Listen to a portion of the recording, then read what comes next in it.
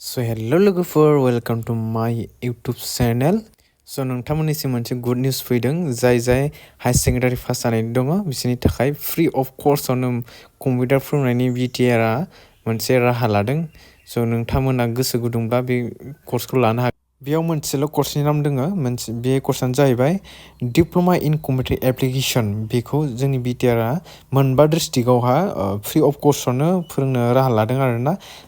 नायबानो जाबाय नटिसखौ आरो लोगोसेनो माबे सेन्टाराव दङ आरो नोंथांनियाबो खाथिबोला आरो गोजानब्लाबो लानो माने खाबु मोनबा लाबानो जाबाय। मानो होनब्ला जोंनि BTR आव मोनसे नोजोरजों लाखिनानै मोनसे थांखि लानानै बे कम्पिउटार कर्सखौ होनाय जादों आरोना। अन्नानै नैबे स्क्रिनाव नायदो, स्क्रिनाव नायनानै बुजिनानै लादो आरो माबे सेन्टाराव जागोन नायनानै लादो। नै बे कर्सखौ लानो थाखाय मोननैसो क्राइटेरिया होनाय जादों।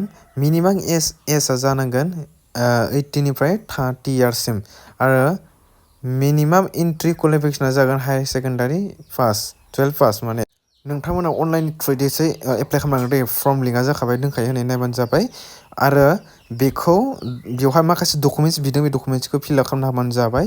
नोंथांमोना मोनसे थख' नायनानै एप्लाइ खालामबानो जाबाय।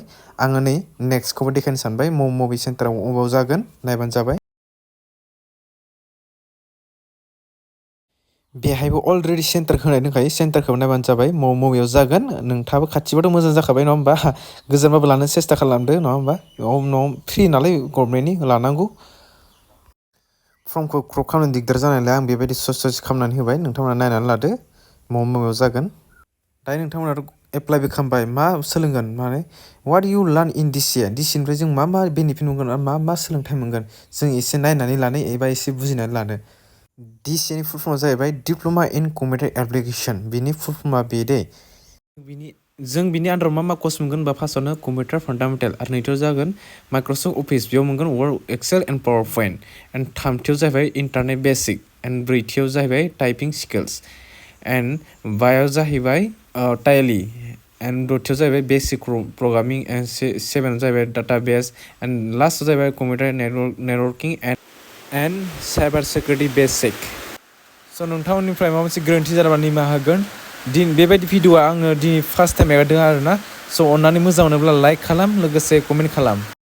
आरो आं बेबायदिनो इनफरमेसन भिडिअ लाबोनो आं नाजागोन। नोंथांमोननि अननायजोंसो आंबो नाजानाया आंनिया प्राउड जागोन। अन्नानै नोंथांमोनखौ हेल्प होनो चेनेलखौ साबस्क्राइब खालामना लानो थाखाय खावलायनाय थाबाय। अन्नानै लोगोफोर।